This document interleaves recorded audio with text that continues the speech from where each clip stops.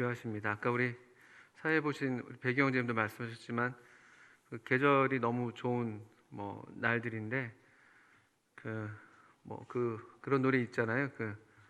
지금 꽃이면 나무들 꽃은 좀 지긴 했습니다만 좀 푸른 나무들이 더욱 푸르러지고 울창해지고 있는데요. 그런 노랫말 있습니다. 누가 뭐래도 사람이 꽃보다 아름답다. 잘 모르시죠? 네, 우리 성도님들이 더 좋은 계절에 더 아름답게 주님 안에서 빛나시는 것 같아서 참 마음이 기쁩니다. 한번 이렇게 얼굴들 이렇게 좀 둘러보셔도 좋을 것 같아요. 우리 이따가도 물론 인사들 하시지만 또 반갑게 인사 나누셔도 좋을 것 같습니다. 우리 인사하는 틈에 우리 노명정님 부부가 막 들어오셔서 모든 인사를 받음직하십니다. 네, 다들 이렇게 귀한 우리 성도님들 또 아마 온라인으로도 뵙는 성도님들 계시겠습니다. 우리가 계속 성령님에 대해서 우리가 성경의 기본교리라는 이 주제로 수요일날 함께 배우고 있고요. 저와 함께는 이제 성령님에 대해서 오늘 두 번째로 배우는 시간이 됩니다. 이 모든 이 책자 안에 있는 하나님의 진리가 다 너무나 풍부하고 아름다워서 우리가 다 짧은 시간에 커버하기 어렵습니다만 또 오늘 우리 성령님에 대한 공부도 참 내용은 많지만 또 주님께서 허락하시는 만큼만 할 수밖에 없는 점이 좀 아쉽다 생각이 듭니다. 그리고 참 이 참 아름다운 이 하나님의 영, 이 성령님에 대해서 함께 배우는 이런 물론 모든 성경 공부가 다 그렇습니다만 이 공부를 저도 이렇게 준비하면서 참 제가 얼마나 참 합당하지 않은 사람인가.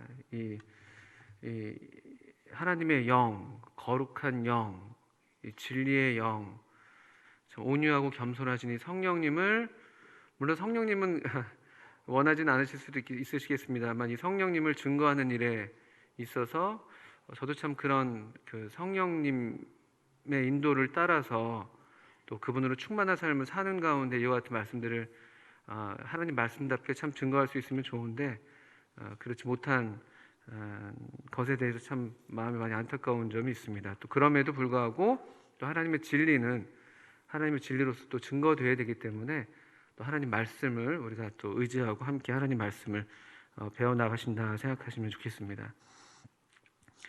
또 제가 이 성경 공부를 좀 준비하면서 이 공부가 참 물론 다른 공부들도 다 마찬가지입니다만 이 공부가 참 중요하다라는 생각을 더더욱 하게 됩니다. 우리 한번 로마서 말씀을 먼저 펴서 보실까요? 로마서 8장을 한번 펴주시죠. 로마서 8장에는 성령님에 대한 말씀이 상당히 많이 나옵니다. 그래서 우리 성도님들도 이 8장을 또 주의 깊게 읽으시면서 이 하나님의 성령님의 인도하는 성령님께서 우리를 인도하시는 그런 삶에 대해서 배우실 수 있으면 더 좋겠다 싶습니다. 8장 1절부터 17절까지 한번 제가 먼저 한번 좀 빨리 한번 읽어보겠습니다. 로마서 8장 1절부터 17절 찾으셨으면 제가 한번 읽어보겠습니다. 그러므로 이제 그리스도 예수 안에 있는 자에게는 결코 정죄함이 없나니 이는 그리스도 예수 안에 있는 생명의 성령의 법이 죄와 사망의 법에서 너를 해방하였음이라. 율법이 육신으로 말미암아 연약하여 할 수 없는 그것을 하나님은 하시나니 곧 죄로 말미암아 자기 아들을 죄 있는 육신의 모양으로 보내어 육신의 죄를 정하사 육신을 따르지 않고 그 영을 따라 행하는 우리에게 율법의 요구가 이루어지게 하려 하심이니라. 육신을 따르는 자는 육신의 일을, 영을 따르는 자는 영의 일을 생각하나니 육신의 생각은 사망이요 영의 생각은 생명과 평안이니라. 육신의 생각은 하나님과 원수가 되나니 이는 하나님의 법에 굴복하지 아니할 뿐 아니라 할 수도 없습니다. 육신에 있는 자들은 하나님을 기쁘시게 할 수 없느니라. 만일 너희 속에 하나님의 영이 거하시면 너희가 육신에 있지 아니하고 영에 있나니 누구든지 그리스도의 영이 없으면 그리스도의 사람이 아니라. 또 그리스도께서 너희 안에 계시면 몸은 죄로 말미암아 죽은 것이나 영은 의로 말미암아 살아있는 것이니라.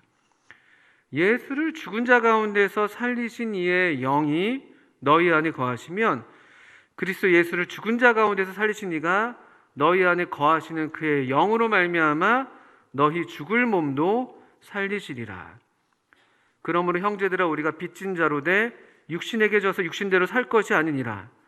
너희가 육신대로 살면 반드시 죽을 것이로되 영으로서 몸의 행실을 죽이면 살리니 무릇 하나님의 영으로 인도함을 받는 사람은 곧 하나님의 아들이라. 너희는 다시 무서워하는 종의 영을 받지 아니하고 양자의 영을 받았으므로 우리가 아빠 아버지라고 부르짖느니라. 성령이 친히 우리의 영과 더불어 우리가 하나님의 자녀인 것을 증언하시나니 자녀이면 또한 상속자 곧 하나님의 상속자요 그리스도와 함께한 상속자니 우리가 그와 함께 영광을 받기 위하여 고난도 함께 받아야 할 것이니라. 한 부분을 이렇게 좀 읽었습니다. 제가 좀 이렇게 강조해서 읽은 부분들도 덜어 있는데 지금 이 1절부터 17절까지 말씀만 보셔도 사실 우리 그리스도인의 삶이라는 것, 성도로서 하나님의 자녀로서 산다는 것은 한마디로 이 로마서 8장 말씀을 의지해서 우리가 얘기할 수 있다면 하나님의 영으로 인도함을 받는 그리스도의 영이 그 안에 거하시고 그 영의 인도함을 받는 하나님의 영으로 인해서 하나님을 아버지라 부르면서 또 이 예수를 죽은 자 가운데 살리신 이의 영이 우리 안에 거하시기 때문에 우리도 육신의 생각을 또 육신의 일을 이렇게 물리치면서 또 죽이면서 그렇게 부활의 삶을 사는 이게 사실은 그 성경에서 이 로마서 8장을 보건대 이게 이제 일반적인 정상적인 그리스도인의 삶입니다. 그러니까 성도의 삶은 성령님과 무관해서 살아갈 수 없는 그런 종류의 삶이라는 것이 물론 이걸 우리가 어느 정도 아는지 또 모르는지 그런 어떤 지식의 차이는 있을 수 있겠지만 실제 그 삶에 있어서 이 어떤 우리가 뭐 규율을 지키고 어떤 법을 지키고 착하게 살고 그런 종류의 문제가 아니라는 것이죠. 우리 안에 계신 성령님께서 우리가 참 정말 하나님의 영을 소유한 사람만이 알 수 있는 그런 하나님과의 내적인 그런 친밀한 교제와 사귐 가운데에서 그분의 인도함을 받는 또 그래서 그분의 어떤 이 생각이 우리를 주장하셔서 육신의 생각을 죽여가면서 또 육신의 일을 따르지 않으면서 하나님께 속한 것들을 추구하고 그래서 우리가 비록 몸은 여기에 살고 있지만 우리의 삶의 목표랄까요? 또 삶의 목적이랄까? 또 우리 삶의 수준이라는 것이 사실은 이 땅에서 살아가고 있는 이 거듭나지 않은 사람과는 정말 질적으로 다른 그런 내적인 종류의 삶이 사실 성도의 삶인 것을 우리가 이 8장 1절부터 17절까지 통해서 우리가 알 수가 있습니다. 그런데 상대적으로 오늘날 과연 이런 종류의 삶을 사는 성도들은 얼마나 되는 것인가? 이게 어떻게 보면은 우리 개인의 삶의 질을 얘기하는 것일 수도 있겠고 이게 또 우리 교회의 이 생명력이랄까요? 교회의 어떤 교회다움을 결정짓는 또 그런 기준이 되는 것이겠죠. 혹시 우리 성도님들 사도신경을 외우시는 분 계십니까? 우리 너무 이 주기도문의 사도신경을 또 너무 이렇게 잘 하지 않아서 별 관심을 갖지 못하실 수 있습니다만 보통 이제 이 신약 성경의 진리를 압축적으로 잘 정리한 신경으로 사도신경을 이렇게 기독교계에서 함께 외우고 또 이 신앙을 따르고 있죠. 우리도 이 신앙을 따르고 있다고 말씀드릴 수 있습니다. 사도신경의 고백, 그 신앙을 따르고 있죠. 그런데 사도신경에서요, 첫 부분은 전능하사 천지를 만드신 하나님 아버지를 내가 믿습니다. 그리고 그 다음에는 그 외아들 우리 주 예수 그리스도를 믿습니다 하면서 우리 주님 예수님에 대한 이야기가 가장 많이 나옵니다. 그리고 마지막 한 단락은요, 성령을 믿습니다. 이렇게 되어 있습니다. 성령을 믿사오며. 그리고 바로 그 뒤에 이어지는 말은 성령을 믿사오며 거룩한 공회와 성도가 서로 교통하는 것과 이렇게 이어지죠. 성령님은 그래서 실제로 우리 이 하나님 아버지를 믿는 또 그 외아들 우리 주님 예수 그리스도를 믿는 이 성도 개인의 삶 그리고 개인들이 모여 있는 교회의 삶에 아주 결정적인 사실 분이라는 것이 여기 이제 내재되어 있는 것이죠. 성령을 믿는다는 것은 그런 종류입니다. 성령님을 믿어서 우리가 함께 거룩한 교회로 성령님을 따라서 성령님 안에서 그분이 거하실 처소가 되기 위해서 이렇게 지어져 가는 서로 교통하는 이런 어떤 신앙을 우리가 다 공유하고 있는 것이죠.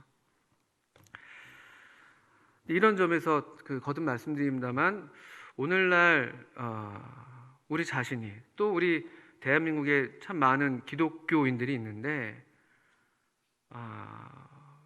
과연 우리는 이런 성령님 안에서 사는 삶을 살고 있는가? 또 교회는 과연 정말 이 성령님을 믿어서 이 성령님 안에서 교통하면서 거룩한 또 서로를 기쁘게 주님 안에서 영접하는 차별 없이 그런 삶으로 드러나고 있는가? 이 성령님이 우리 주님께서 침례를 받고 올라오실 때에 그 위에 임하셨던 것처럼 오늘날 그리스도의 몸이라고 하는 이 교회 위에 임하셔서 또 교회 가운데 운행하셔서 우리 주님께서 그러하셨던 것처럼 두루 다니면서 착한 일을 행하면서 하나님의 이름을 높이고 있는가? 이런 질문들이 꼭 물어야 할 우리 자신에게 또 우리의 현실에 물어봐야 될 질문인 것이죠. 그런 점에서 이 공부는 대단히 중요한 공부입니다. 또 고린도전서 3장을 좀 한번 펴주시죠. 고린도전서 2장을 먼저 한번 봐주시죠. 고린도전서 2장. 오늘은 성령님의 사역에 대해서 배우기 전에 좀 이 공부가 우리 성령님에 대해서 우리가 관심을 갖는 것이 얼마나 중요한가 하는 걸 좀 먼저 말씀을 드리게 됩니다. 아시는 것처럼 고린도 교회 사람들은 지혜를 많이 추구했던 것 같습니다. 그래서 좀 유망한 또 명망 있는 그런 종들을 따라서 이렇게 저렇게 이제 분파를 이뤘었죠. 어떤 사람들은 바울에게, 아볼로에게, 게바에게, 그리스도에게 속했다고 하면서 약간 서로 이제 경쟁적인 우리가 더 잘하고 있어, 우리가 더 똑똑해, 우리가 더 많이 알아, 우리가 더 올바른 어떤 그런 믿음을 갖고 있어. 이제 이런 종류의 어떤 갈등들이 있었습니다. 그 중에 유대인들은 표적을 구하는 무리로서 또 그 중에서 조금 더 그런 강조점을 갖고 있었고, 또 그 중에 어떤 헬라인들은 또 지혜를 추구하는 쪽에 강조점을 갖고 있었고, 뭐 똑똑한 사람들도 있었던 것 같고요. 그런 걸 추구하는 그런 그런 분들이 많이 있었던 것 같아요. 그런데 여기 보시면 고린도서 2장을 보시면 2장 11절부터 보시면 사람의 일을 사람의 속에 있는 영 외에 누가 알리요? 이와 같이 하나님의 일도 하나님의 영 외에는 아무도 알지 못하느니라. 우리가 세상의 영을 받지 아니하고 오직 하나님으로부터 온 영을 받았으니 이는 우리로 하여금 하나님께서 우리에게 은혜로 주신 것들을 알게 하려 하심이라. 우리가 이것을 말하거니와 주목하십시오. 13절입니다. 사람의 지혜가 가르친 말로 아니하고 오직 성령께서 가르치신 것을 하니 영적인 일은 영적인 것으로 분별하느니라. 육에 속한 사람은 하나님의 성령의 일들을 받지 아니하나니 이는 그것들이 그에게는 어리석게 보임이요 또는 또 그는 그것들을 알 수도 없나니 그러한 일은 영적으로 분별되기 때문이라. 신령한 자는 모든 것을 판단하나 자기는 아무에게도 판단을 받지 아니하느니라. 누가 주의 마음을 알아서 주를 가르치겠느냐? 그러나 우리가 그리스도의 마음을 가졌느니라. 형제들아 3장 1절입니다. 내가 신령한 자들을 대함과 같이 너에게 말할 수 없어서 육신에 속한 자 곧 그리스도 안에서 어린아이들을 대함과 같이 하노라. 이렇게 이어지고 있습니다.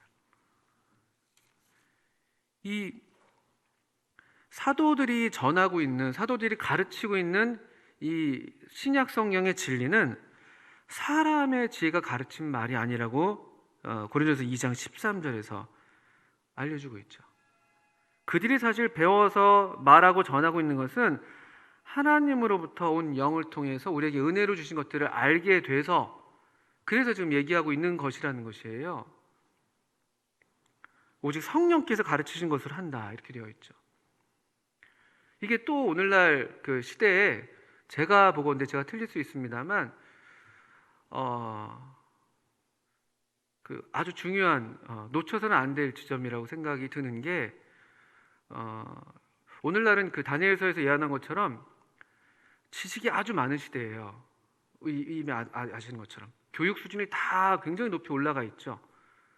교육은 이제 어떤 그 학력은 거의 이제 평준화되어 있습니다. 지금 대한민국의 20대, 30대 그 젊은 세대들 대학을 안 가는 학생들이 별로 없습니다. 80%, 90% 가까이 대학을 진학합니다. 그리고 아시는 것처럼 인터넷을 통해서 엄청난 양의 그 정보들이, 지식들이 지금 유통되고 있고 누구라도 다 지식들을 얻어내고 있죠. 그래서 다 약간 이 학위가 다 인플레이션이 돼 있잖아요. 지금 대학 나오는 것은 이 젊은 청년들 중에서는 보통이고, 대부분은 이제 그 이상의 공부를 해야지 그나마 취업을 할까 말까 하는 이런 시대입니다. 근데 이런 어떤 그 시대를 우리가 무시할 수는 없는데, 그런 시대의 분위기가 교회 안에도 상당히 많이 들어와요. 그래서 좀 많이 배우고 또 많이 배우려고 하고, 또 배우는 것이 좋은 것이 나쁜 건 아닌데, 그런데 그것만으로 된다 할 수 있는 그런 우려라고 할까요? 그런 것들이 있을 수 있습니다. 우리 그 20세기 초반에는 약간 기독교가 약간 반지성주의라고 그러죠. 이렇게 좀 지성을 너무 무시하는 경향이 있었습니다. 그래서 배워서 뭐 하냐 이런 쪽이 좀 있었다면은, 또 지금 오늘날은 그것에 약간 반작용으로 많이 배워야 된다, 이게 또 너무 있어요. 근데 둘 다 어느 한쪽으로 치우치는 것이 사람 보통 치우치기가 쉬우니까요. 그런데 언제고 하나님의 일은, 또 하나님의 교회는 계속 말씀드립니다만 하나님의 영이 주장하시고 하나님의 영이 그 인도하시는 그런 사람들이고 그런 모임이기 때문에 그 각양 부르심과 은사를 따라서 이렇게 배우고 저렇게 배우고 이거 다 필요한 일입니다만, 그렇지만 더 그것에 우선하는 것은 이 하나님의 성령에 이 속한 사람들, 육에 속하지 않고 또 육신에 속하지 않고 이 신령한 자라고 부를 수 있는, 이것은 뭘 많이 알고 연수가 오래되고 이런 문제가 아니라, 이 성령, 우리가 로마서 8장에 보신 것처럼 성령님에 대해서 예민하게 깨어있는 그런 사람들인 것이죠. 성령님의 인도함을 받는 사람들. 그리스도의 영이 없으면 그리스도의 사람들이 아니라고 말씀하신 그대로 내 안에 계신 그리스도의 영에 민감하게, 또 그리스도의 영이 우리를 인도하시는 대로, 그 우리를 진리로 인도하실 텐데, 하나님의 말씀으로 인도하실 텐데, 그 하나님의 말씀이 말씀하는 그대로 거기에 순복하는 그런 겸손한 영, 그런 정신, 이런 종류의 이 심령의 상태랄까요? 이 성령에 속한 사람들, 신령한 자들이라고 부르는 사람들이 아닐까요? 사도들이 성령으로부터 배워서 가르침을 받아서 전하고 있는 것을 순전한 마음으로, 착한 양심으로 그것을 받아서 또 그것을 따라 순종하는 그런 종류의 그런 삶을 사는 분들, 이런 분들이 참 그리운 시절들이에요. 저희 앞선 믿음의 선배들은 제가 본 바로는 이와 같은 삶을 사셨죠. 그건 많이 배우고 적게 배우고의 문제가 아닙니다. 성경을 많이 알고 적게 알고의 문제가 아니더라고요. 그런 분들이 신령한 분들이에요. 근데 우리가 잘 모르면, 이런 데 우리가 영적이지 않으면 우리도 모르는 사이에 잘 이렇게 육신에 속한 모양으로, 이 고린도 교회가 그랬던 것처럼 사람들을 따르는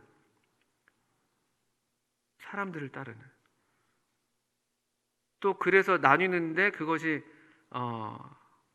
잘못하는 줄도 모르는, 그것이 옳다고 생각하는 그런 이제 어리석은 그런 무지한 상태가 될 수 있다는 것이 이 고린도 교회의 사실 모습입니다. 그래서 고린도 성도들을 향해서 사도 바울은 여러 번 너희가 알지 못하느냐? 그러니까 안다고 했던 그들을 향해서 사실은 그들의 무지를 계속 일깨우고 있었던 것이죠. 영적으로. 저는 저 자신을 봐도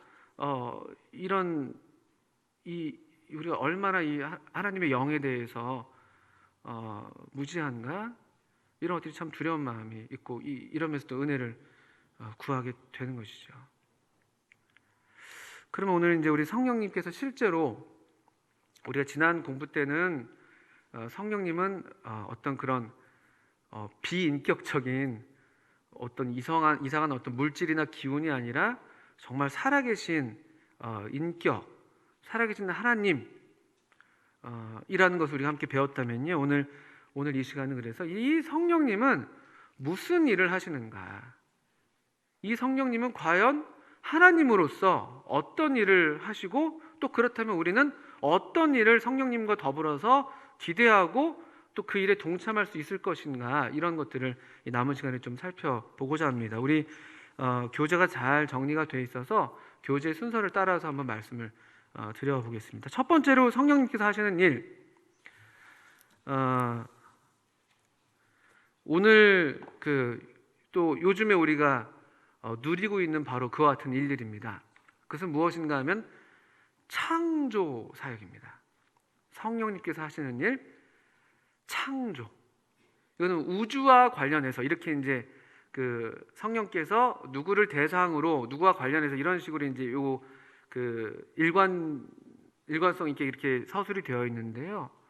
우주와 관련해서 성령님은 이 온 살아있는 것들을, 우리가 누리는 이 모든 생명들을, 이 생명의 풍성한 것들을 아름답게 만드시는 그런 분이시다라고 성경은 증언하고 있습니다. 우리 욥기 26장 한번 보실까요? 욥기 26장 13절. 욥이 한 고백인데, 물론 욥이 한 고백이기 때문에 이것이 그대로 진리다라고 말할 수는 없지만, 그렇지만 이것이 성경 전체의 진리에 비춰봤을 때 일치하기 때문에 이 욥의 고백이지만 이것이 그대로 우리가 하나님의 진리로 받을 수가 있는 말이 되겠습니다. 욥기 26장에 보시면요, 그의 입김으로 하늘을 맑게 하시고 손으로 날렵한 뱀을 무찌르시나니, 이렇게 표현되어 있습니다. 여기 입김이라는 단어를 주목하셔야 되는데요, 우리 성령님을 가리키는 단어는 숨, 바람, 여기 뭐 입김, 뭐 이런 단어입니다. 이런 단어, 똑같은 단어입니다. 그래서 여기 그의 입김은 그의 영, 그렇게 우리가 읽을 수가 있고, 옛날 개역 한글에는 그래서 이 구절을, 그의 입김으로 하늘을 맑게 하시고라는 구절을 그 신으로 하늘을 단장하시고, 이렇게 번역했었습니다. 좋은 번역이죠.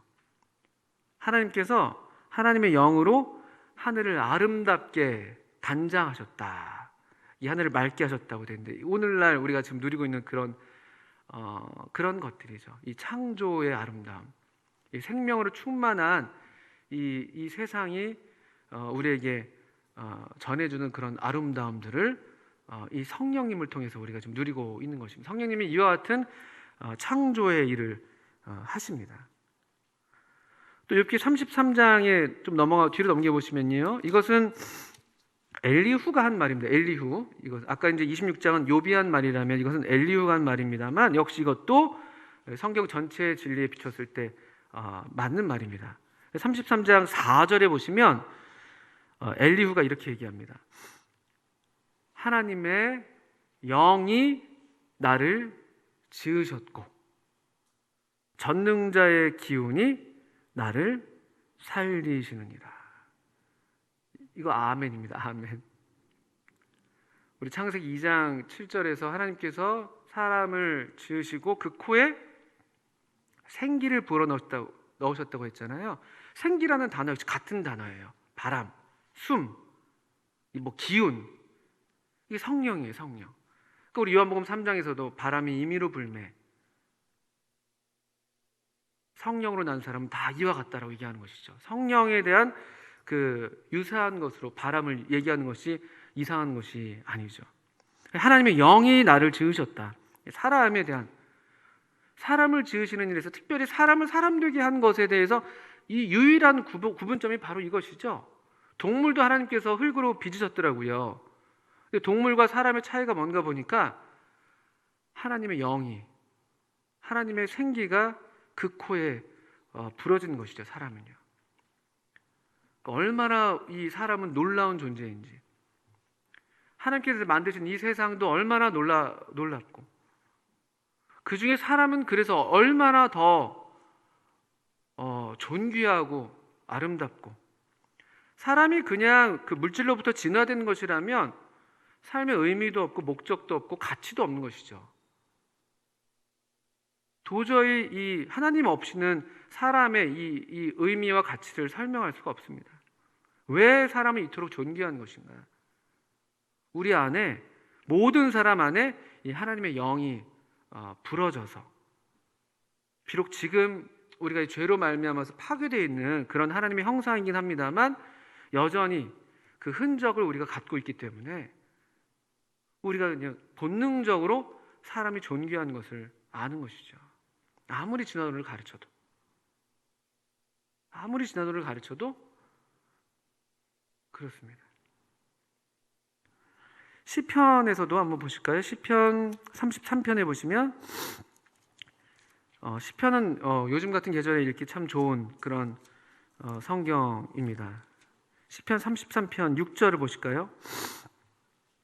하나님을 찬송하면서 이런 찬송의 가사가 여기 있는 것이죠. 시편 33편 6절에 여호와의 말씀으로 하늘이 지음이 되었으며 그 만상을 그의 입 기운으로 이루었도다. 이 성경 기자들, 그 시대에 오늘날 같은 이런 신학적인 정돈된 지식이 없었다 할지라도 그들은 하나님의 영을 이미 충분히 알고 있었던 것이죠. 하나님의 영이 어떤 일을 하셨는지. 여기 만상을 그의 입기운으로 이루었다. 성령께서 이런 일을 하셨고 지금도 계속 이렇게 새롭게 하시는 일들을 하시는데요. 시편 104편을 보시면 성경을 좀 많이 찾게 됩니다. 시편 104편 30절 보시면 또 역시 이제 사람을 비롯한 모든 이 피조 세계, 창조 세계에 대한 말씀인데요. 시편 104편 30절, 31절을 읽어볼게요. 주의 영을 보내어 그들을 창조하사 지면을 새롭게 하시나이다. 여호와의 영광이 영원히 계속할지며 여호와는 자신께서 행하시는 일들로 말미암아 즐거워하시리로다. 주의 영을 보내서 그들을 창조하사, 이렇게 되어 있죠. 지면을 새롭게 하시는 것이, 계속 새로운 이 어떤 생명의 순환이 있게 하시는, 하나님 그리고 어느 한순간 그냥 어떤 그 사람들이 말하는 것처럼 한순간 창조하신 다음에 그대로 내버려 두시는 분이 아니세요.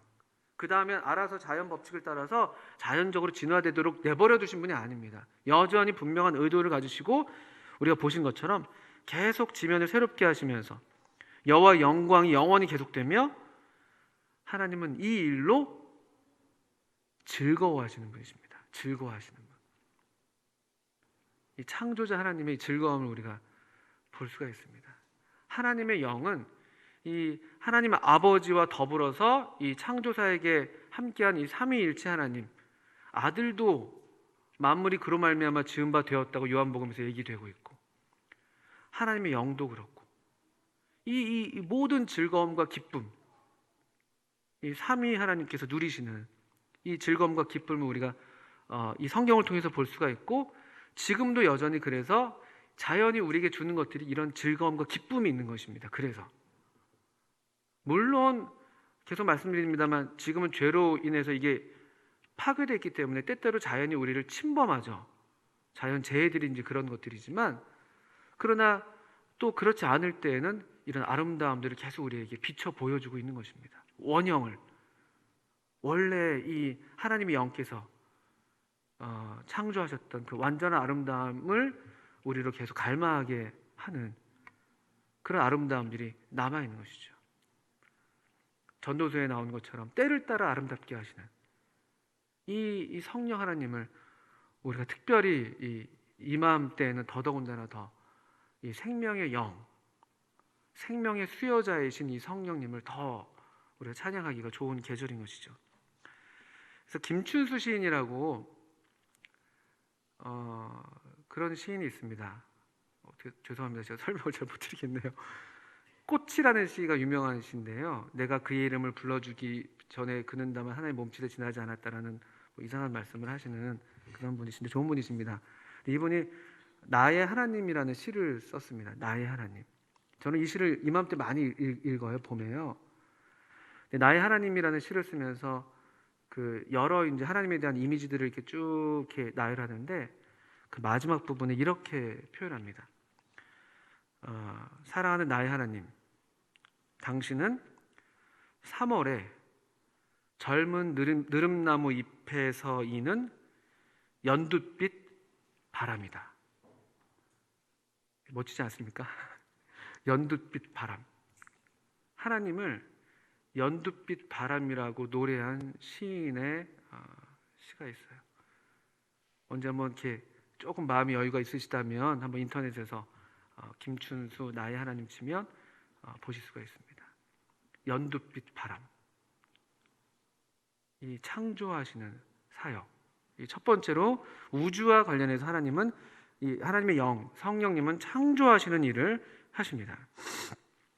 그다음 두 번째로는 이 성경과 관련한 것인데, 이것은 사실은 처음 우리가 이 공부를 시작할 때 성경론을 배우면서 함께 좀 얘기했던 부분이 있는데요.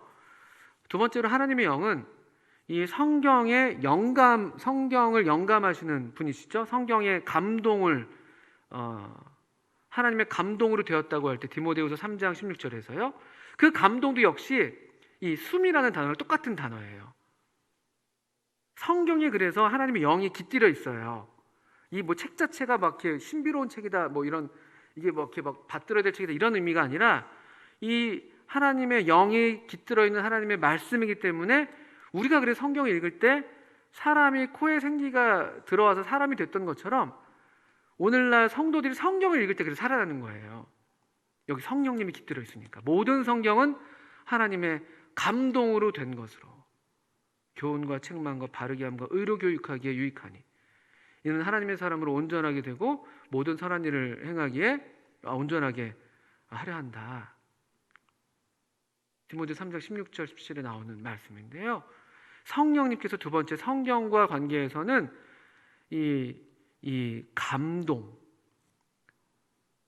이 하나님의 말씀을 여기에 담겨져 있는 것이죠. 하나님의 생명이, 하나님의 진리가 사람이 지어낸 이야기가 아니라는 것이죠.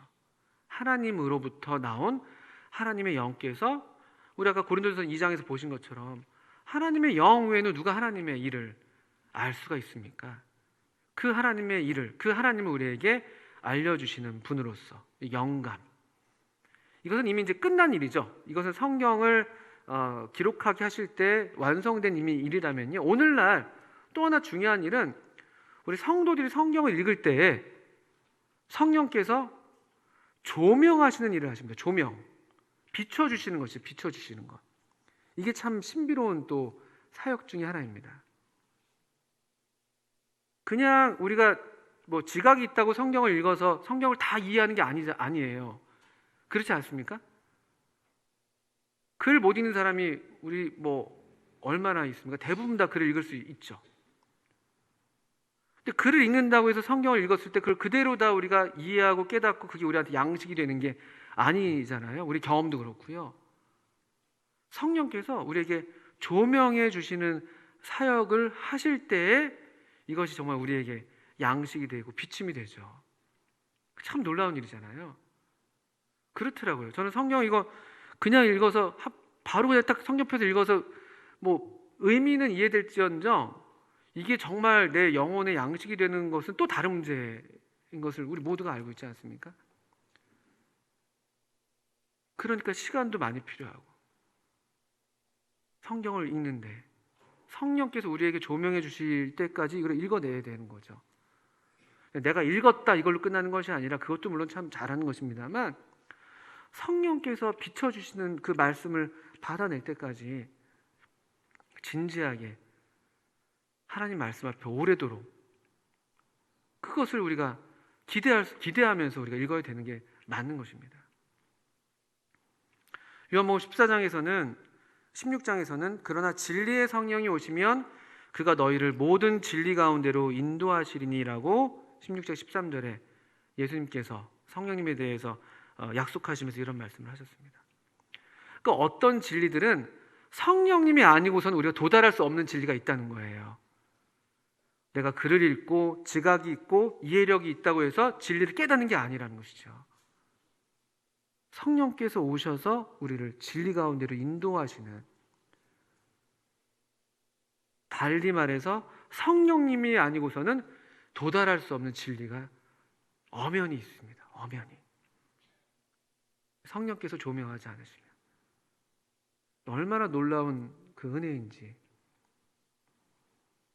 얼마나 놀라운 은혜인지. 어떤 분들은 그래서 성경 박사처럼 불리는 사람들인데도 전혀 이 하나님의 일과 무관한 사람들이 얼마나 많아요. 얼마나 많아요. 대중적으로 막 똑똑한 사람들이 성경을 알고 닳도록 읽고, 근데 그것을 그냥 철학의 하나로, 학문의 하나로 치부하고 여러 학문들 속에서 그냥 하나 정도로만 이런 그게 안 되는 거예요. 이 성령께서 조명이 없는 것이죠. 얼마나 그것이 안다고 하는데 오히려 하나님을 근심하게 하는, 하나님을 슬프게 하는 그런 일들이 되는지. 에베소서 1장 17절에서 사도 바울이 에베소 성도들을 위해서 이렇게 기도하죠.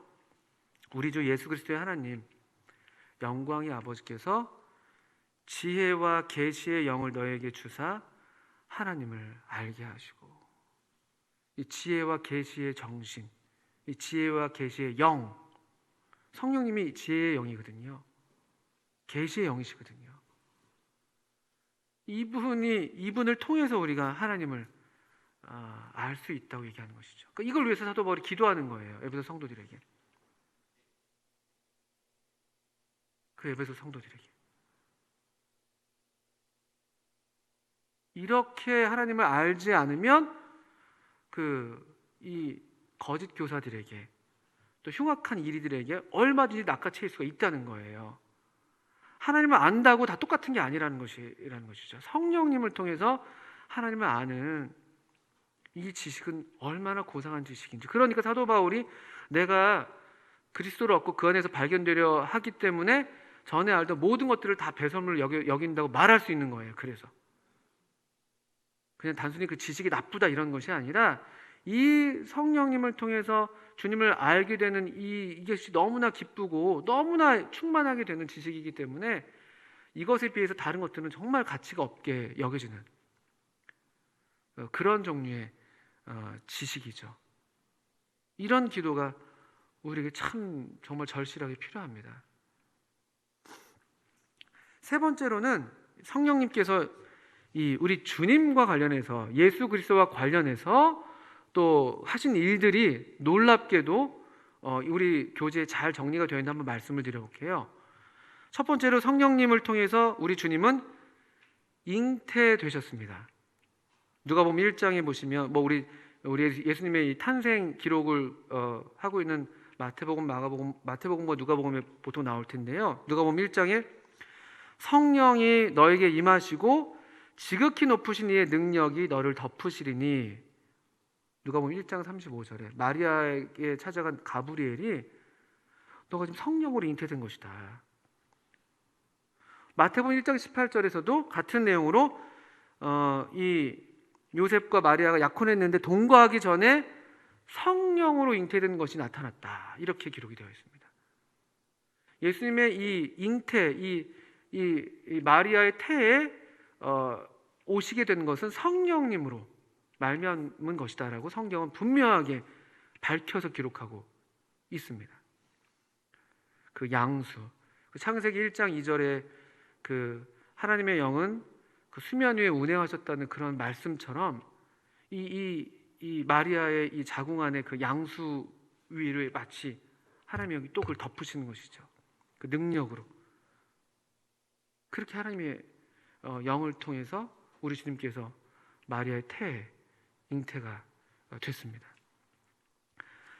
또 어린 시절에 대한 기록은 많이 나와 있지는 않고요. 우리 주님이 침례를 받고 올라오실 때 또 놀라운 기록이 있죠. 마태복음 3장 16절에 예수께서 세례를 받으시고 곧 물에서 올라오실 새 하늘이 열리고 하나님의 성령이 비둘기같이 내려 자기 위에 임하심을 보시더니, 우리 주님께서 침례를 받으셨을 때 성령께서 그 위에 내려오셨습니다. 마치 그 구약 시대 때 그 왕이나 선지자나 제사장들에게 기름을 부어서 그들을 세웠던 것처럼 하나님께서 이 공적으로 이 세계 가운데 하나님의 성령을 기름 붓듯 부으셔서 그분을 기름 부은 자로 세우시는, 선언하시는. 그래서 마태복음 3장 17절에 이어서는 하늘로부터 소리가 나서 이르되 이는 내 사랑하는 아들이요 내 기뻐하는 자다라고 큰 소리로 하나님께서 마치 이 왕이 뭐 즉위식에서 선언하는 것처럼 그렇게 우리 주님을 선언하시는 장면이 이 공생애를 시작하실 때 기록이 되어 있습니다. 한편 예수님께서 시험을 받으신 것도 그냥 우리는 보통 사단에게, 마귀에게 시험 받았다 이렇게 이해하기 쉬우신데요, 성경은 정확하게 마태복음 4장 1절에서 그때 예수께서 성령에게 이끌려 마귀에게 시험을 받으러 광야로 가셨다고 기록되어 있습니다. 그러니까 뭐 마귀가 어떤 힘이 있어서, 권세가 있어서 예수님을 시험하러 온 게 아니라 그 역시 성령께서 이끄신 일이라는 것이죠.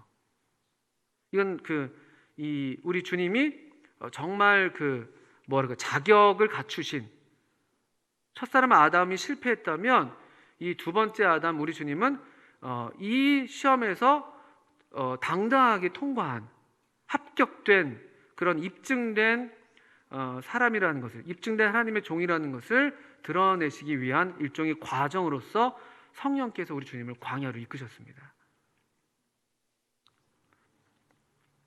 그리고 이제 한 3년 반 가까운 공생애를 사시는 동안에도 성령의 능력으로, 누가복음 4장 14절에는 이렇게 되어 있습니다. 예수께서 이 광야에서 시험을 받으신 다음엔 예수께서 성령의 능력으로 갈릴리에 돌아가시니 그 소문이 사방에 퍼졌고 친히 그 여러 회당에서 가르치심에 뭇사람에게 칭송을 받으시더라.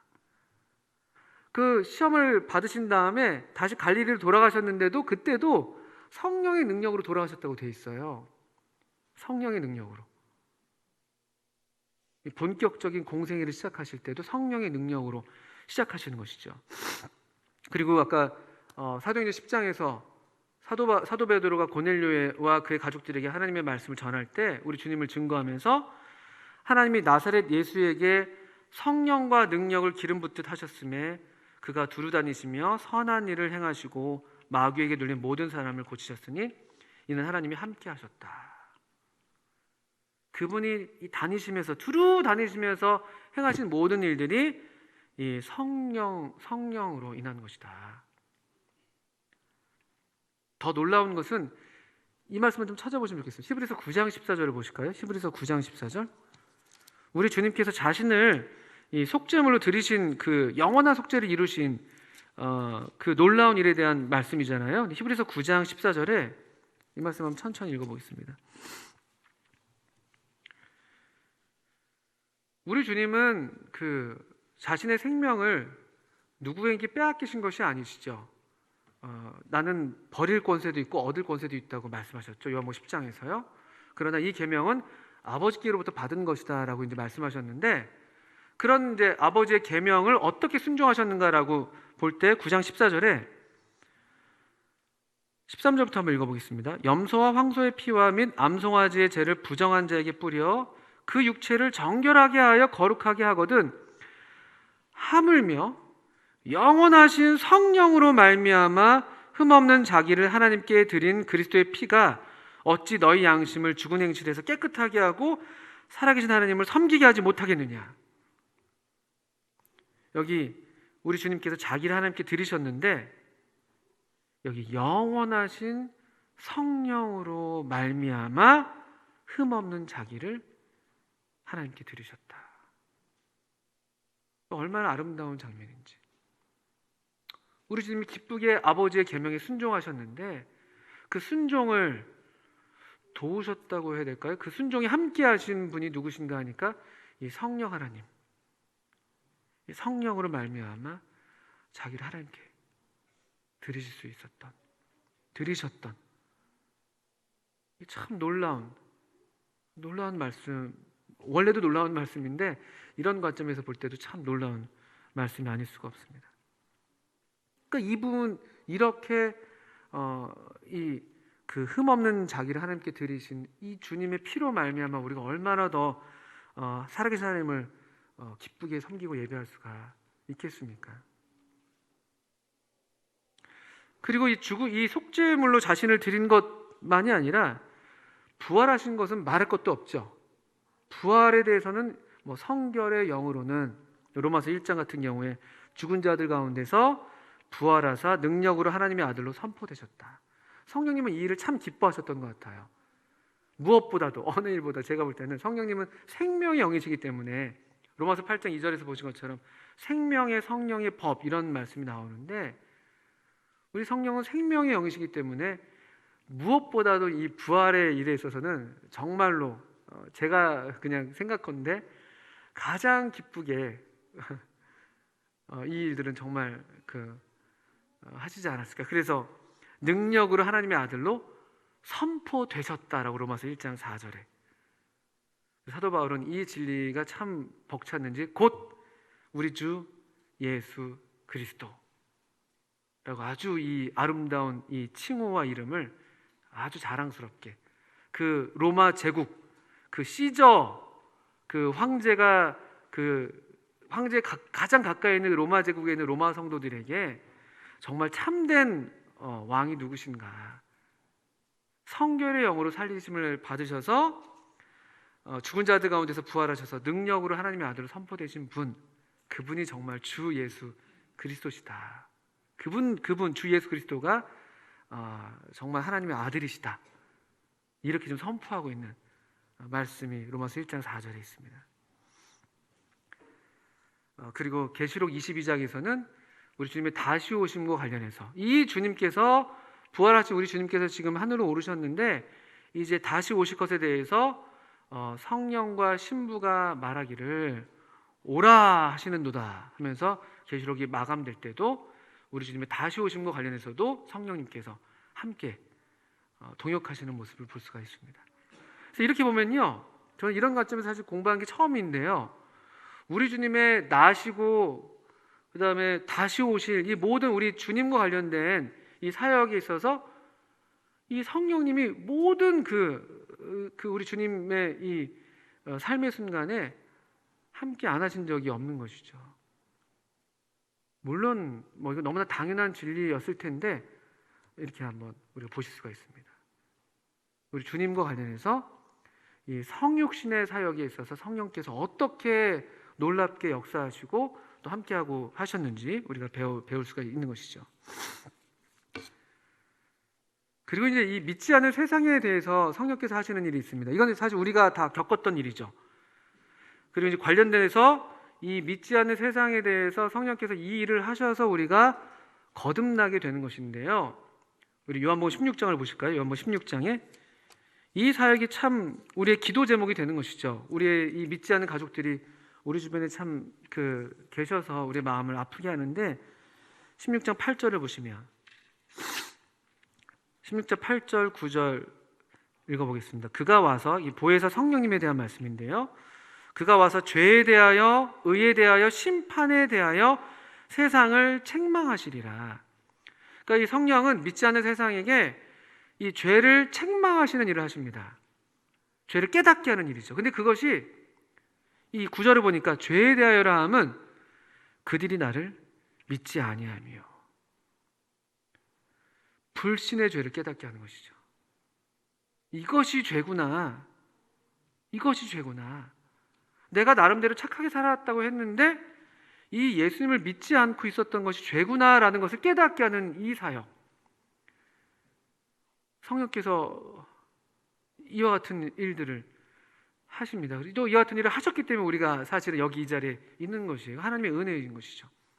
근데 또 참 신비로운 것은 성령께서 일을 하시는데 또 동시에 강제로 하시진 않으세요. 어떤 면에서는 여전히 사람들은 이 성령을 거역할 수도 있고 멸시할 수도 있고 욕되게 할 수도 있고요. 심지어 이 성경에 그런 표현들이 나오는 것이죠. 그런 일들이 있기도 합니다. 또 그와 동시에 또 성령께서는 정말 또 주권적으로 그들의 어떤 것과 무관하게도 또 이런 일들을 행하시는 때도 없지 않으신 것 같기도 하고요. 참 놀라운 일이에요. 우리도 어떤 순간에 성령께서 우리 안에 이런 일을 행하셨던 것이죠. 죄를 깨닫게 하시는, 하나님을 믿지 않는 것이, 뭐 어린 친구들 같은 경우는 그 아주 작은 사소한 죄라 할지라도 그것이 죄라는 것을 깨닫게 하는 일들. 그래서 우리로 하나님께로 이끌어 주시는, 마치 이삭의 신부를 그 노종이 찾아내서, 리브가를 찾아내서 이끌어 왔던 것처럼 그런 일들을 하십니다. 그리고 그래서 그렇게 이 성령의 역사로 죄를 깨달은 사람들이 거듭나게 되는 일을, 죄를 깨닫고 죄를 인정하고 자백하고 회개하는 사람을 새롭게 거듭나게 하는 그런 중생의 사역을 성령께서 하시는 것이죠. 요한복음 3장에서 우리가 잘 아시는 것처럼, 진실로 진실로 내게 이르노니 사람이 물과 성령으로 나지 아니하면 하나님의 나라에 들어갈 수가 없느니라. 육으로 난 것은 육이요 영으로 난 것은 영이니. 성령으로 거듭납니다. 성령으로. 이건 그 신비로운 일이에요. 그래서 그 뒤에 이어지는 말씀, 바람이 임의로 불매, 어디로 와서 어디로 가는지 알지 못하는 것처럼 성령으로 난 사람도 다 이와 같다. 이게 설명이 잘 안 돼요. 사실 논리적으로. 그래서 논리적으로 어떤 순서를 따져요, 사람들은요. 그래서 어떤 분들은 거듭나는 게 먼저다. 그래서 믿게 된 거다. 어떻게 우리가 거듭나지 않고 하나님을 믿을 수가 있냐, 이렇게 논리적인 순서를 따지는데 그런 문제는 아닌 것 같아요. 이건 정말 성령께서 그냥 새롭게 하시는 사역이 동시에 거의 생명의 신비죠. 생명의 신비. 그런 일들을 어떻든 놀랍게 행하십니다. 그리고 여기 이게 증거로 우리가 여기 앉아 있는 것이죠. 여기 앉아 있는 것이죠. 우리가 뭘 해서 거듭난 게 아니잖아요. 우리의 행한 바 의로운 행위로 말미암지 않았다. 우리가 뭘 의로운 행위를 했다는 게 아니라 아무리 우리가 어떤 행위를 했다 할지라도 그걸로 되지 않고 오직 그의 긍휼하심을 따라 중생의 씻음과 성령의 새롭게 하심으로 하셨다. 디도서 3장 5절에 나오는 말씀입니다. 우리를 구원하시되 우리가 행한 바 의로운 행위로 말미암지 아니하고 오직 그의 긍휼하심을 따라 중생의 씻음과 성령의 새롭게 하심으로 하셨나니. 이게 우리들의 간증이고 고백이죠. 성령께서 우리를 거듭나게 하셨다. 그래서 우리는 믿으라고 얘기하는데 사실 거듭난 사람들의 간증을 들어보면 내가 믿었습니다라고 얘기하는 경우도 물론 있습니다만 대부분은 믿어졌다라는 표현을 하게 되는 것이죠. 이게 참 신비로운 거예요. 참 신비롭습니다. 믿어져요. 그냥 어떻게 됐는지 깨달아지고. 그게 처음 듣는 얘기도 아닌데 저도 그랬거든요. 어릴 때부터 항상 들어왔던 얘기였는데 새로운 얘기도 아니었는데 어떤 순간 성령께서 제 안에서 역사하셨고 그게 믿어지고 깨달아지고 제 것이 되게 하시고, 이런 일들은 성령께서 하시는 일들인 것이죠. 그러니까 우리가 이 성령님의 이 죄를 깨닫게 하시는 사역, 또 우리를 거듭나게 하시는, 중생케 하시는 사역, 이 일을 위해서 얼마나 우리가 간절히 기도해야 할 것인지. 그리고 이제 한 가지 마지막으로 말씀을 드리자면, 이제 거듭난 우리 이 믿는 성도와 관련해서는 이제 거룩하게 하는 일, 정말 성령님 그 이름의 그대로 거룩하신 영, 이 거룩하게 하시는 일을 하시는 것이죠. 거룩하게 하시는 일. 그래서 이것은 사실 우리 안에 전에 없던 욕구가 새롭게 생기는 것이죠. 성령의 이 소욕이라고 부르는 것들. 우리가 거룩한 삶을 전에는 그걸 우리가 막 이렇게 원하고 그런 게 아니었는데, 죄가 더 즐거웠었는데, 우리 안에 이 새로운 성품, 이 우리 안에 내주하신 성령께서 우리를 거룩한 삶을 추구하게 하고, 또 더러운 것을 견디지 못하게 하고. 신기한 일이에요. 물론 우리가 연약해서 한 번, 두 번 그런 유혹들에 빠질 수 있겠습니다만, 그걸 우리 그 안에서 견딜 수가 없어요. 어떻게든 이걸 버리고 싶어지는 것이죠. 우리 대한민국 사회에서 그 흔한 것들이 보통 이제 술이나 담배 같은 것들이 그런 것이잖아요. 얼마나 그 끊기가 힘든지 잘 모르시죠? 근데 그런 것들이 못 견디게 되고, 또 아주 단순한 예를 드리는 것입니다만, 우리를 거룩하게 하는 일들을 성령께서 하십니다. 이것이 그냥 어떤 내가 해야지, 내가 안 해야지 이렇게 되는 일이 아니에요. 우리 안에 성령님을 우리가 계속 친밀하게 가까이 하고, 또 그분과 동행하는 삶을 살면서 자연스럽게 그것이 멀어지게 되는 그런 일들, 이 죄가 멀어지게 되는. 왜냐하면 우리 안에 성령님이 계시니까. 우리 안에 성령님이 계시니까. 또 고린도서 3장에서 얘기하는 것처럼 주의 영이 계신 곳에는 자유함이 있다. 우리가 다 수건을 벗은 것처럼 얼굴과 얼굴을 맞대서 보는데, 한번 찾아서 제가 좀 더 읽어볼게요. 우리가 수건을 벗은 얼굴로 거울을 보는 것 같이 주의 영광을 보매 그와 같은 형상으로 변화하여 영광에서 영광에 이르니 곧 주의 영으로 말미암습니다. 하나님의 영이 우리를 거룩하게 그분의 형상으로 변화되게 하는 일을 하시는 것이죠. 하나님의 영이. 주의 영이 계신 곳엔 자유가 있고, 언제든지 주께로 돌아가면 그 수건이 벗겨지고 주께로 돌아가게 하시는 분. 그래서 가서 이 생명의 성령의 법의 지배를 우리로 받게 하시는. 그래서 하나님의 영이 우리를 인도하시고, 우리 안에 계신 이 기름 부음이 우리를 가르치시고, 우리로 계속 하나님 아버지께로, 하나님을 아빠 아버지라 부르면서, 또 때때로 우리가 어떻게 기도해야 될지도 모르고 정말 기도할 힘도 없을 때라도 말할 수 없는 탄식으로 우리를 위해서 대신 간구해 주셔서, 그래서 우리로 주의 영광을 뵙게 하고 주님의 형상으로 변화되게 하는 일, 성령께서 하시는 일인 것이죠. 그러니까 이런 성령님이 우리 안에 계시니까 얼마나 우리가 감사한지. 우리가 우리 힘으로 살아가는 게 아닙니다. 우리 힘으로 신앙생활을 하고 내 의지가 강해서 그런 게 절대 아닙니다. 이 성령님을 의지해서.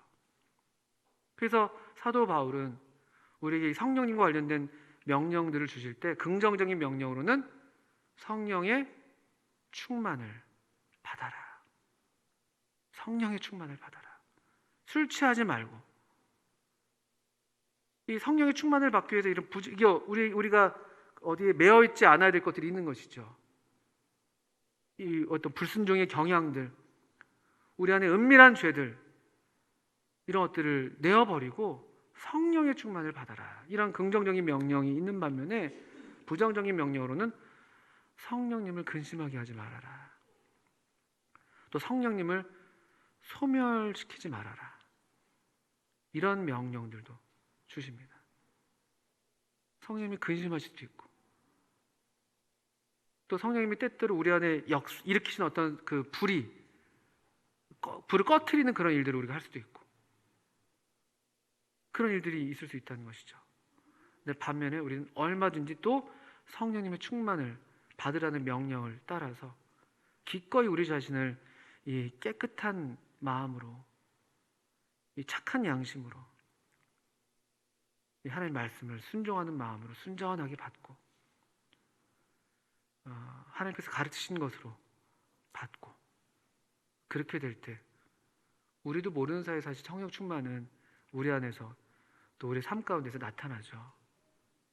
이런 거룩한 삶을 계속 살아가는 그런 저희들이 될 수가 있는 것이겠죠. 그렇게 되면서 우리가 정말 이 성령을 믿사오며 거룩한 공예와 성도가 서로 교통하는 것과 죄를 사하는 것을, 이런 일들이 우리 가운데서 하나님의 교회가 교회답게, 하나님의 성도가 성도답게 사라지는, 나타나는 일들이 있을 수가 있겠습니다. 우리에게 이런 은혜가 있기를 바랍니다. 함께 기도하겠습니다.